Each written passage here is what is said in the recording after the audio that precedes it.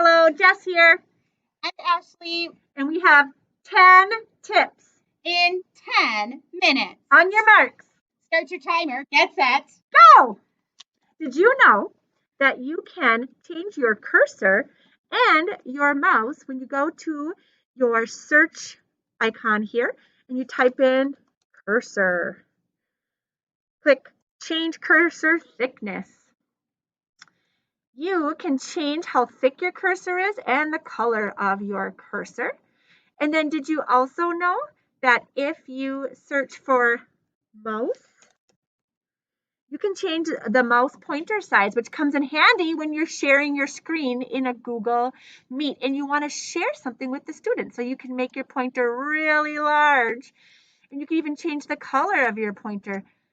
Okay, so maybe you've been taking your computer home and bringing it back to school, and sometimes the sound is kind of funky on your computer and you don't know why it's projecting in one area and not another. So if you go, yours may be down at the bottom. Miss Gagne's computer has it up at the top. If you find the sound, there it is right here. If you find the little sound speaker symbol, if you click on that, there's this special little arrow and it toggles between different sound systems that are in your room. So if you unplug your computer, can't figure out why you don't hear the sound, look for the sound symbol. And then I want you to check this little arrow at the top and test out some of the different speakers that you have. Teachers are loving Loom for recording their lessons. Did you know that teachers can have an account with unlimited amount of videos, up to 45 minutes in recording length, as well as other special features? Make sure that your account is a Loom for Education account, loom.com/education, and you verify your education account, making sure that your ISD 94 email is associated with an educator's account. You want to make sure you get all the bells and whistles of a teacher account. Here's a quick Seesaw tip for you. So now that you are a pro at assigning activities, let me show you how you can assign an activity and schedule it on the date and the time that you want to. So if you go to your activity library, I would like to assign this activity, is it major or minor, for my kids the day before our holiday break. So I'm going to click on it and click assign. Down here, it's going to show me that I can schedule it. Do you see where the big pink finger is? I'm going to hit schedule. You are going to then change the dates that you want to have it scheduled. So I'm going to do it on the 22nd before, and I'm going to allow my families to access this at 6 in the morning, so that if they want to do it before maybe their parents go to work, they could get this activity done. Early bird special. Early bird special. Yep, AM, not PM. Okay, I've got that scheduled, assigned on December 22nd at 6 a.m. Then go ahead and decide which kids you want to assign this to. I'm just going to assign it to the sample student just for this today. Go ahead and click assign. There, you've got it. It's all ready. It's only it's December 7th, and I already have activity signed for the 22nd. Wow. Did you know that when you are in Seesaw and you want to share a video, sometimes it restricts how long your video can be. But if you add a link from Drive, it can be as long as you'd like. I'm going to find the copy, right click, get a link. Make sure that your settings are shared appropriately so that if anyone that has the link could view it, that would probably be your best bet with people working at home. I want anyone with the link in case a parent is on their device watching with their student. Click copy the link, and then in Seesaw, I can right click, paste, and now I have shared this link instead of the whole video. Okay, we are going to show you a tip with host controls in Google Meet. So I'm going to join the meeting. I don't think I need that on. And as the host, I can click on this little blue shield. And these host controls, this is the one we talked about for conferences, but reminding you that you can do it with kids too.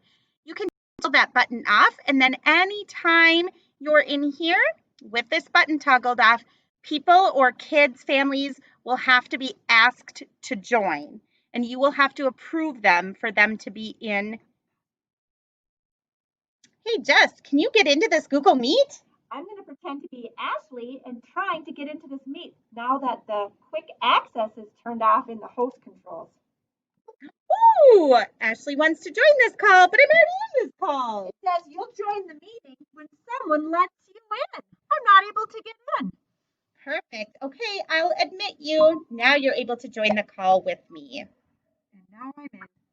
When you have two different monitors and you want to switch the order of the monitor so that your mouse freely moves from one to the other the way you want it to move, place your cursor on the desktop, right click. Go to Display Settings. Once in Display Settings, you'll see the different monitors.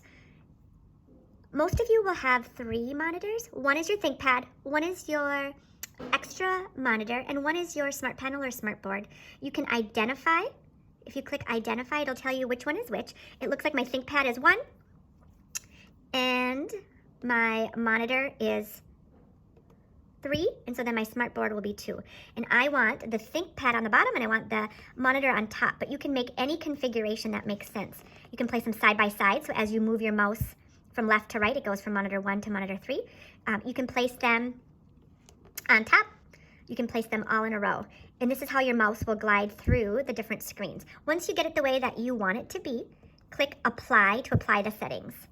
And now you'll be able to use that Windows key, holding that down, and the letter P to extend your screens and be able to use the 3 or 2 different monitors that you have.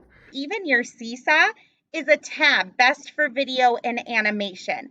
So every day I like to tell my kids kind of about their daily schedule. So when I click the tab, I'm able to pick from the tabs up in my browser, I'm able to pick the one that I want to share. So I'm going to share with them their schedule for the day. Let's say I want to then show them a video of the sound or the skill that we're focusing on. I'm going to stop the sharing. I'm going to go to Present Now. I'm going to check the tab there, and I'm going to pick the YouTube video I wanted to share.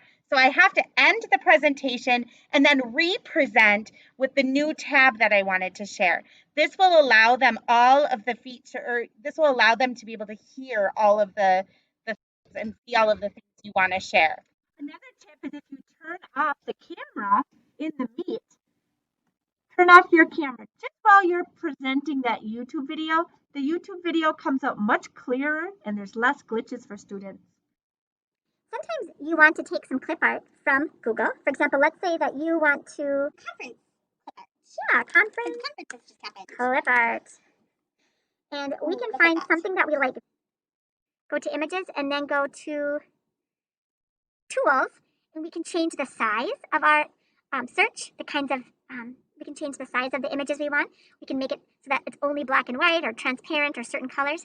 And we can even specify whether we want them to be GIFs or clip art or line drawings. And we can have just new clip art and those that we have licensed to use. So those are some extra features you can use when you're searching for Google Images. So if I find the one that I like, did you know that you can do a quick shortcut? It's Windows key, Shift, and F. Windows key, Shift, F gives you a quick shortcut to highlight. And it takes a quick picture, turns it into a JPEG for you. Now you go to the place where you want to place that image and you can click Paste. You've already copied it onto your clipboard. So that's a quick snipping tool shortcut, Windows key, Shift, and S.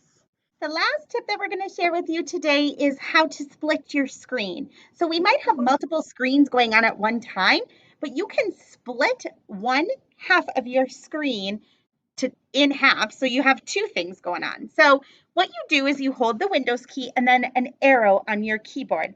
So if you hold the Windows key arrow, it's going to give you, did you see how it split it in half? You're able to take then, for example, our conference clip art, and we could push it over, oops, too far. over to the other side and we've split the screen in half. You may say, well, how do I get rid of that? You can just click the X. Then you could make that one bigger. So there's a lot of manipulating you can do with the Windows key and the arrow key. Windows left arrow and Windows right arrow. And that was 10 tips in 10